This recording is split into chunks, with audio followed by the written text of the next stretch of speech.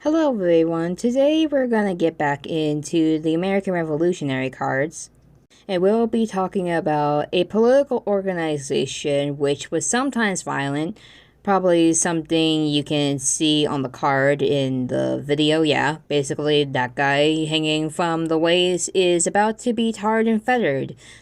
Common practice for on tax collectors back in the day. This is on the Sons of Liberty from the Revolution category in Story of America cards.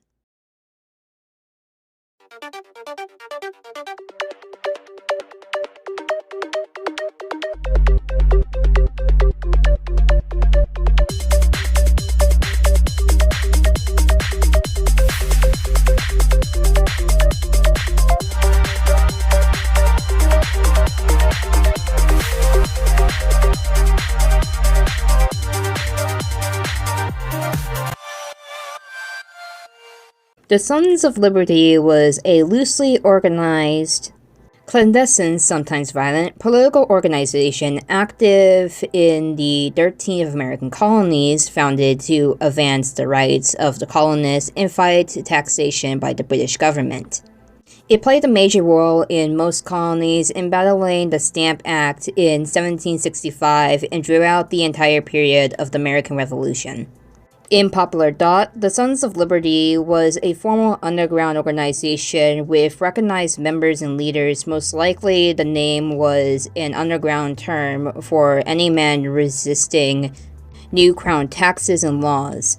The well-known label allowed organizers to make or create anonymous summons to the Liberty Tree, the Liberty Pole, or other public meeting place.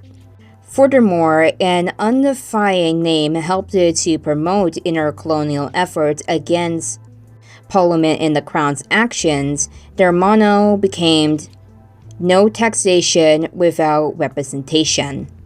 When Great Britain imposed the hated Stamp Act on the American colonies in 1765, outraged men in various colonies banded together in secret patriotic groups called Sons of Liberty to protect their rights.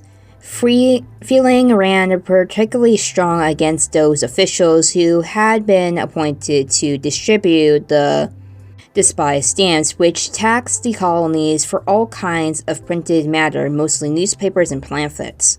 In Boston, the Sons of Liberty stood up a dummy of a man appointed to sell stamps there. As the revolution approached, the Sons of Liberty became a powerful influence in the struggle for independence from Great Britain. Within each colony, individual groups maintained contact by means of messengers, and new societies sprang up constantly. In taking joint action against England's harsh measures, the Sons were led by local merchants, lawyers, and politicians with a full backing of the town's mechanics and artisans. Occasionally, emotions got out of hand and rioting took place. In New York City, for example, the homes of British officials were attacked and taverns were raided. And in Boston, the Patriots sacked and burned the mansion of the royal governor, Thomas Hutchinson. The Sons were normally well organized under their leaders, however, didn't provide a solid basis for the move to independence, which grew rapidly after intolerable acts of 1774. The Sons of Liberty societies also conducted funerals for patriots killed in riots and street brawls. They hanged unpopular officials in effigy. A dummy representing the official was strung up in a public place and denounced British tyranny at every opportunity. They wrote and circularized patriotic decrees.